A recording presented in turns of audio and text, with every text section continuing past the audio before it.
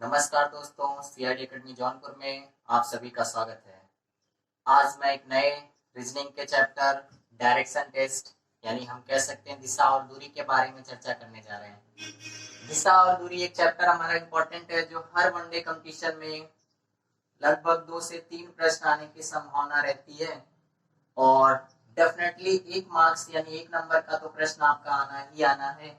तो हम लोग समझते हैं दिशा और दूरी है क्या और किस तरीके से हम प्रश्नों को सॉल्व करते हैं विद इन टाइम में।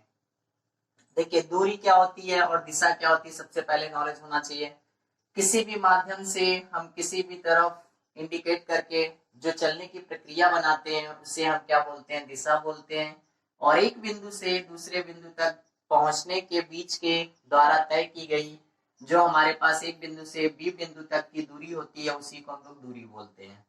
अब हम डेफिनेटली हमारे पास क्वेश्चन 2 तरीके से आएगा, आप सभी को पता है। कहीं पे आपका दिशा दिया तो दिशा पूछा जाएगा, कहीं पे दूरी दिया है तो दूरी पूछा जाएगा।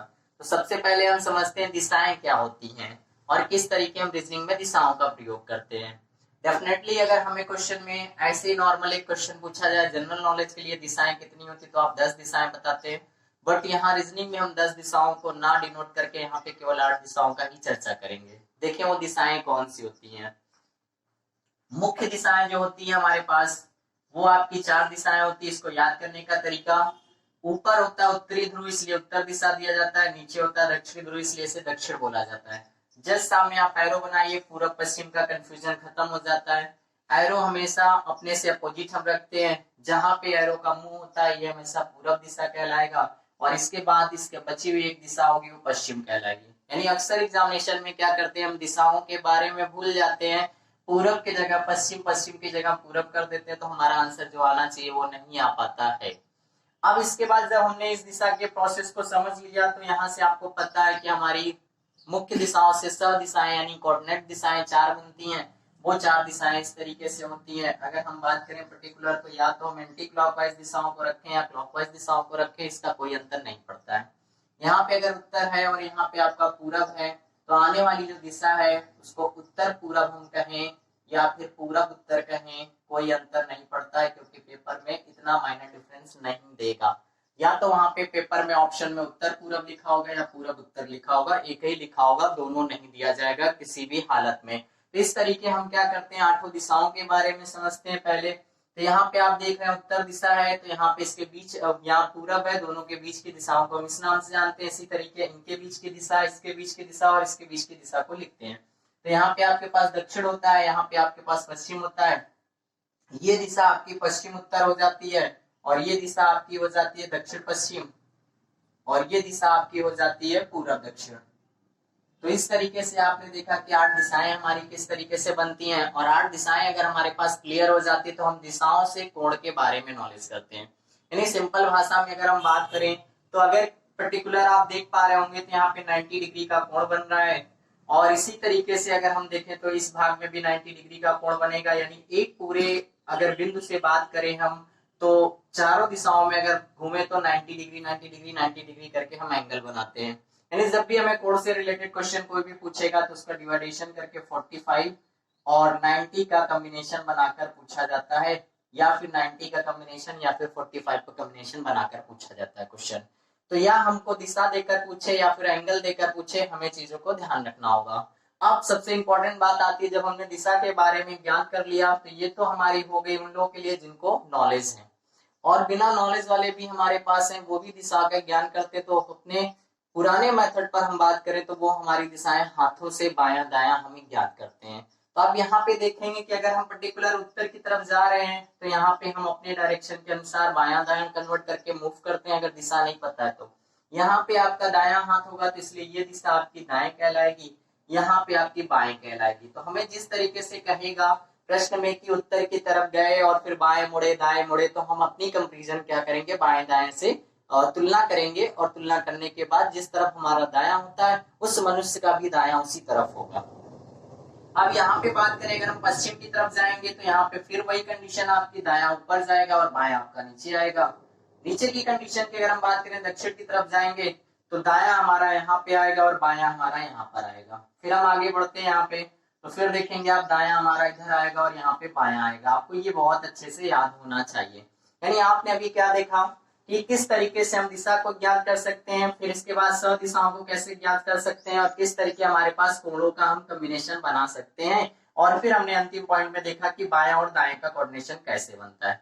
अब यहीं से हमारे पास दक्षिणावर्त वामावर्त की घटनाएं आती हैं, तो इसको ध्यान से देखिए और समझिए कि क्या चीजें होती हैं। अब अगर हम किसी भी दिशा के बारे में बात करते तो वहां दो तरीके का मूवमेंट देखने को मिलेगा।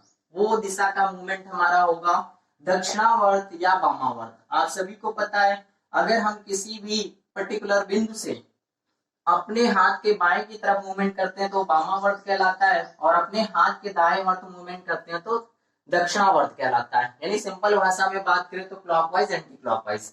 यानी अगर हम घड़ी की दिशा में बात करें तो इस तरीके से घड़ी हमारी कोऑर्डिनेट करती है, तो ये हमारे पास वामावर्त कहलाता है, यानी दक्षिणी दिशा में मूवमेंट कहलाता है। अगर कोई वामावर्त के लिए घूमने के लिए कहता है तो हम इस तरीके का मूवमेंट कराते हैं, और अगर वामावर्त घूमने के लिए कहेगा तो इस तरीके का मूवमेंट कराते हैं, यानी इसको हम बोलते हैं एंटी क्लॉकवाइज,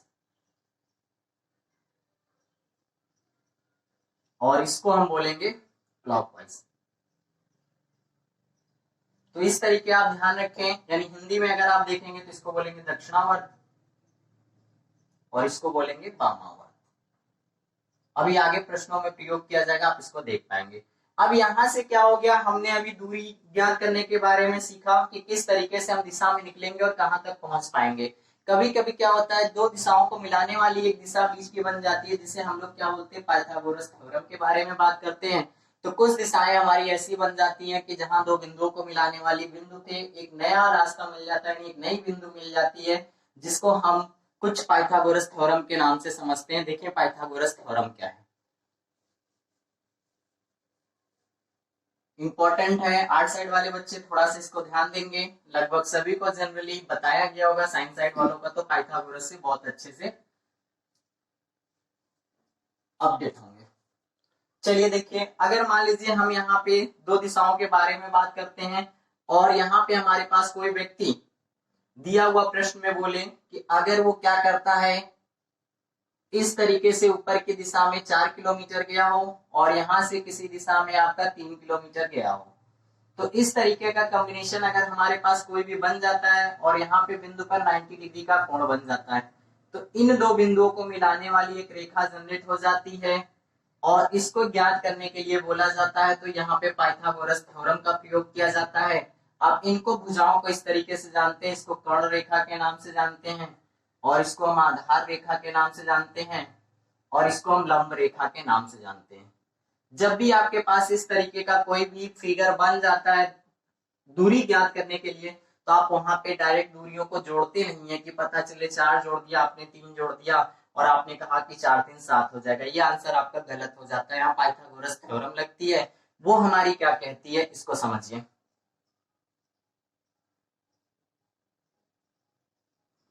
पाइथागोरस थ्योरम यानी प्रमेय हमारी क्या कहती है। पाइथागोरस थ्योरम एक हमारे साइंटिस्ट गणितज्ञ थे जिन्होंने क्या बताया, अगर हमारे पास आधार भुजा और लंब भुजा दी है तो हम क्या करते हैं, लंब का स्क्वायर करते हैं प्लस आधार का स्क्वायर करते हैं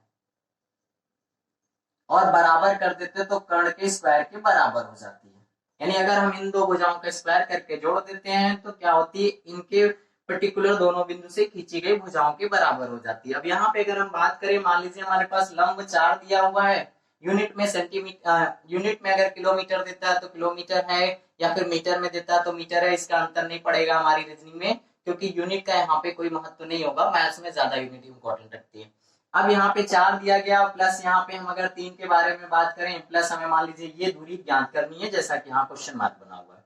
अब यहाँ पे हमारे कर्ण का स्क्वायर दिया हुआ है, अब ये दूरी को मान लीजिए x के रूप में या किसी भी रूप में हम मान सकते हैं, कोई अंतर नहीं पड़ता है।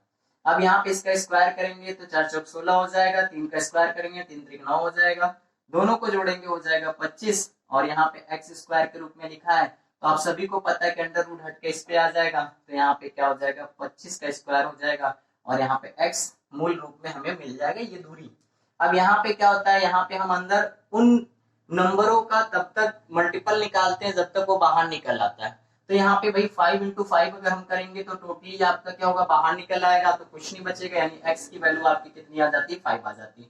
अगर ये नहीं पूरा बाहर निकलता तो हम अंडर रूट में ही मान को रख देते जो नहीं निकलता है। तो आप सभी को पाइथागोरस थ्योरम समझ में आई होगी।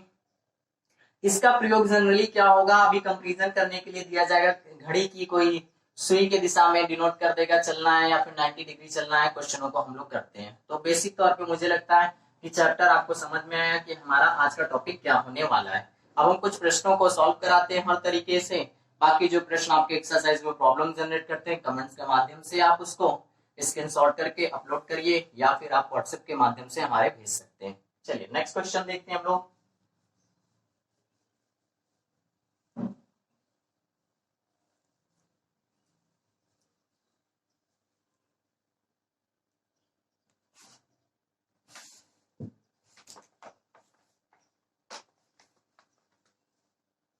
कहा गया एक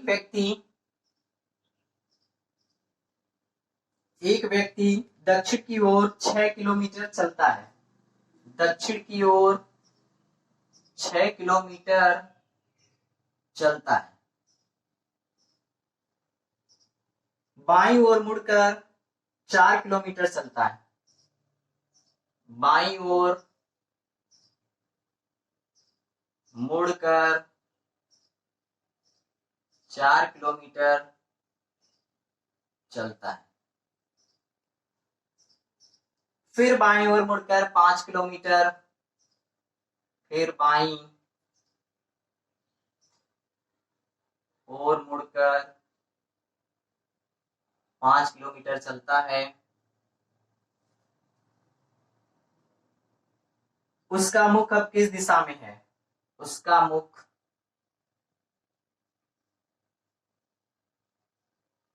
किस दिशा में है? देखिए प्रश्न को मैंने नोट कर दिया है, आप सभी ध्यान से देखें प्रश्न को। जब तक आपके प्रश्न सामने नहीं होगा आप इन प्रश्नों में प्रॉब्लम जनरेट होगा। अब यहाँ पे सोल्यूशन देखते हैं। जब भी आपको कोई भी प्रश्न स्टार्ट करना हो तो हमेशा प्लस बना लीजिए, छोटा सा। प्लस बनाने से हमारा तात्पर्य ये होता है कि जब भी हम कोई भी क्वेश्चन को स्टार्ट करेंगे तो उसमें दिशा पता होना चाहिए, और दिशा तभी पता होगा जब हम प्लस का सिंबल बना लेंगे, यानी ऊपर आपका उत्तर, नीचे दक्षिण, पूर्व पश्चिम ज्ञात होना चाहिए।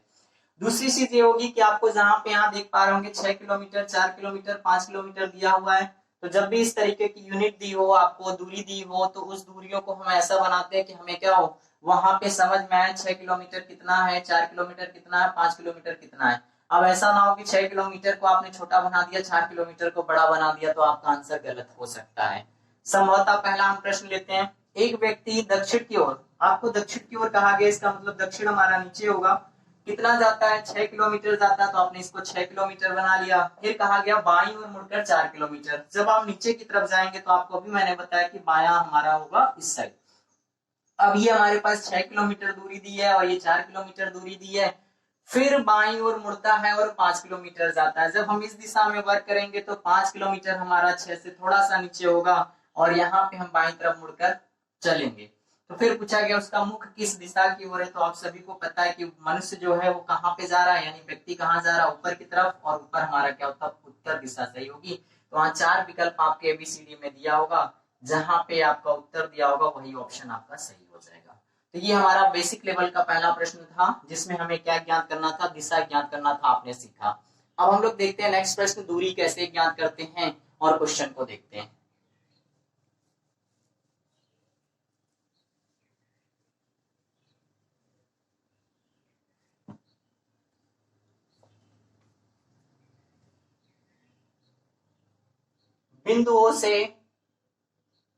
बिंदुओं से प्रारंभ करके महेश दक्षिण में 5 किलोमीटर, महेश दक्षिण में 5 किलोमीटर दूरी चलता है, दूरी चलता है। फिर दाएं मुड़कर 3 किलोमीटर चलता है, फिर दाएं मुड़कर 3 किलोमीटर चलता है। वहां से वो पुनः दाएं मुड़ता है, 3 किलोमीटर चलता है। वहां से वह पुनः दाएं मुड़ता है तथा 5 किलोमीटर चलता है। तथा 5 किलोमीटर चलता है। फिर वह बाएं मुड़ता है, 5 किलोमीटर चलता है। फिर वह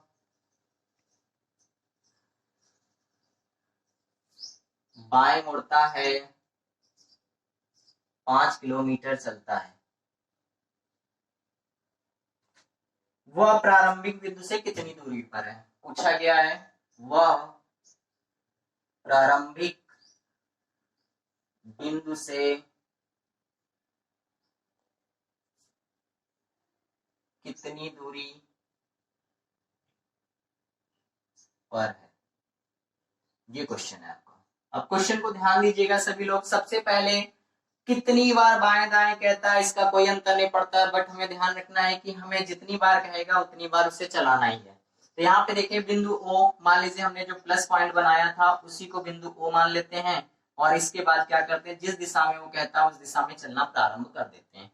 अब कहा गया बिंदु ओ से प्रारंभ करके महेश दक्षिण की ओर 5 किलोमीटर। आप सभी को पता है कि दक्षिण हमारा नीचे होगा, तो यहाँ 5 किलोमीटर हम ले गए उसको महेश को। फिर उसके बाद क्या हुआ, फिर वह दाएं मुड़कर 3 किलोमीटर। जब हम यहाँ चल रहे होंगे तो दाया हमारा 3 किलोमीटर होगा और ये 5 से थोड़ा छोटा होना चाहिए। अब इसके बाद कहा गया वह वहां से पुनः दाएं मुड़ता है, और 5 किलोमीटर जब हम इस दिशा में जा रहे होंगे तो दाएं यहाँ जाएंगे, और 5 किलोमीटर मतलब क्या हो जाएगा, हम जस्ट ये दूरी दोनों बराबर हो जाएगी, यानी उसी के सिमिलर पर आ जाएंगे। अब फिर इसके बाद क्या कहा गया है, तथा 5 किलोमीटर चलता है, फिर वह बाएं मुड़ता है। अब यहाँ पे जब हम चल रहे होंगे तो बायां हमारा इस साइड पड़ेगा, आप सभी लोग देख पा रहे होंगे थोड़ा, तो आप जहां पे भी प्रश्न बनाए थोड़ा सा वहां जगह लेकर रखें। 5 किलोमीटर बाएं चलता है, वह प्रारंभिक बिंदु से कितनी दूरी पर है, तो आप सभी को पता है बेटा 5 किलोमीटर ये हमारे पास है। अगर ये 3 किलोमीटर है तो इसका मतलब 3 किलोमीटर ये भी दूरी होगी आपकी। यानी अब यहाँ पे बिंदु से चला था और यहाँ पे पहुंच चुका है, यानी हमें टोटल ये टोटल दूरी ज्ञात करना है। तो आपको पता है कि 3 किलोमीटर वो प्लस 5 किलोमीटर ये, यानी टोटल जोड़कर हो जाएगी 8 किलोमीटर की दूरी, और यही हमारा आंसर होगा। यहाँ पे कोई भी पाइथागोरस थ्योरम नहीं बनती है। अगर यही दूरी यहाँ देता और ये दूरी यहाँ दे देता और फिर प्रारंभिक बिंदु से पूछता तो ये हम मिला देते, और ये दूरी ज्ञात करनी होती, तो ऐसी कंडीशन में हमारी पाइथागोरस थ्योरम बन जाती। तब हम वहां पे बेसिक वो कॉन्सेप्ट लगाते। यहाँ पे डायरेक्ट है दिशाएं, इसलिए हमारी दूरियां जुड़ जाएंगी, यानी 3 + 5 जुड़ जाएगा, 8 किलोमीटर की दूरी बन जाएगी। नेक्स्ट प्रश्न देखते हैं हम सभी।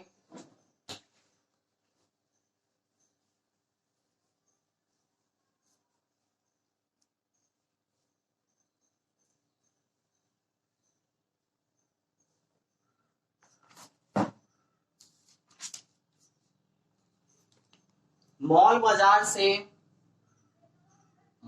बाजार सॉरी बेटा के 250 मीटर उत्तर पश्चिम में है, उत्तर पश्चिम में है। स्कूल बाजार से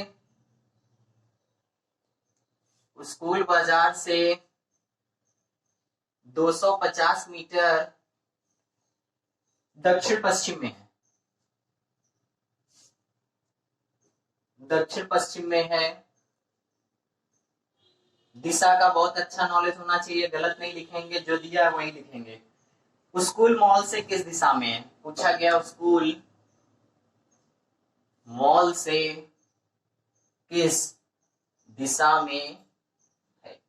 अब यहाँ पे देखें आप सभी प्रश्न, जब इस तरीके का कोई भी प्रश्न होता है तो फिर से हम क्या करते हैं, प्लस बनाते हैं और फिर बनाने का प्रयास करते हैं। यहाँ पे बोला गया है मॉल बाजार के 250 मीटर उत्तर पश्चिम में है, तो यहाँ पे बाजार आपका दिया हुआ, तो सबसे पहले बाजार को समझिए, ये आपका बाजार हो जाएगा। अब हमें दिशा दिया गया उत्तर पश्चिम, तो आपको पता है कि उत्तर यहाँ होता, पश्चिम यहाँ होता, और उत्तर पश्चिम कहीं यहाँ पे होगा, और यहाँ पे उत्तर पश्चिम जो होगा वहीं पे आपका मॉल स्थित होगा, और ये दूरी 250 से तो 250 हो जाएगी। अब आगे क्या कहा गया, स्कूल बाजार से 250 मीटर, इसका मतलब बाजार कॉमन हो गया दोनों में, इसलिए बाजार ही दोनों का क्या होगा, प्लेस बिंदु बन जाएगा। अब यहां से हम क्या करेंगे, इसके बारे में कहा गया है कि 250 मीटर दक्षिण पश्चिम में, दक्षिण यहाँ है, पश्चिम यहाँ पे है, और 250 मतलब इसका मतलब ये जो दूरी होगी वो सिमिलर दूरी हो जाएगी, यानी यहाँ पे आपका स्कूल दिया हुआ है और 250 सिमिलर हो जाएगा, यानी ये बिंदु से ये बिंदु बराबर में होगा एकदम।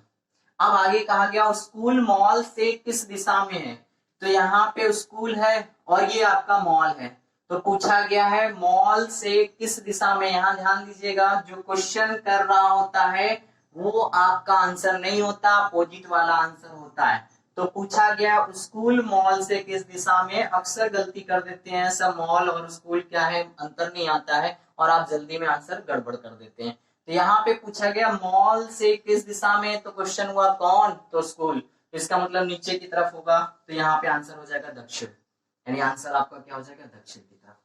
ठीक है, मॉल से किस दिशा में क्या है, स्कूल, तो आंसर हो जाएगा आपका दक्षिण की तरफ। अक्सर गलती हम कर देते हैं, जल्दबाजी में उत्तर भी ऑप्शन दिया होगा, उत्तर भी लगा देते हैं।